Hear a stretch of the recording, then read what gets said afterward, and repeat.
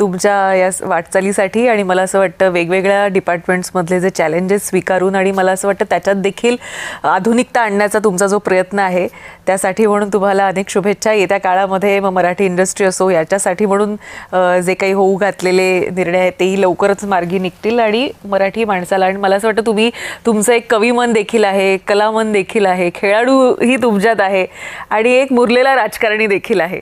आणि मला असं वाटतं तुमच्यासारखा माणूस जो अतिशय मितभाषी आहे, मग ते पवार असो किंवा राज ठाकरे असो किंवा वैचारिक मतभेद हे वेगळे असो म्हणजे असू शकतात राजकीय मतभेद, पण वैचारिकदृष्ट्या मला असं वाटतं की असा कुठलाही पक्ष किंवा असा कुठलाही नेता असा नसेल की ज्यांच्याशी तुमचे संबंध हे चांगले नाही आहेत. तर हे जुळवून कसं आणता जाता जाता अगदी हे काय गमक आहे याच्यातलं? सगळं साफ असतं. आपल्या विरोधात बोलणाराही आपला दुश्मन आहे असं मानण्याचं काही कारण नाही. आता मन साफ ठेवायचं. मन साफ तो सब साफ.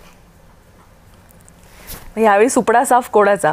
सुपडा साफ महाविकास आघाडीचा 100%. 55चा आकडा पण त्यांना पार करता येणार नाही. सगळ्यांना मिळून म्हणते. हो, लिहून ठेवा. भाजप किती आणेल? महायुती 150च्या वर. बरं, अनेक ठिकाणी सगळे म्हणतायत की चाचपणी करतायत अनेक ठिकाणी की इथे आपली ताकद अधिक आहे. तुमची तर अधिक आहेच, मग का नाही तुम्ही एकत्र जाताय? म्हणजे का तुम्ही स्वबळावर म्हणजे जाऊन? महायुती आमचा निर्णयच आहे.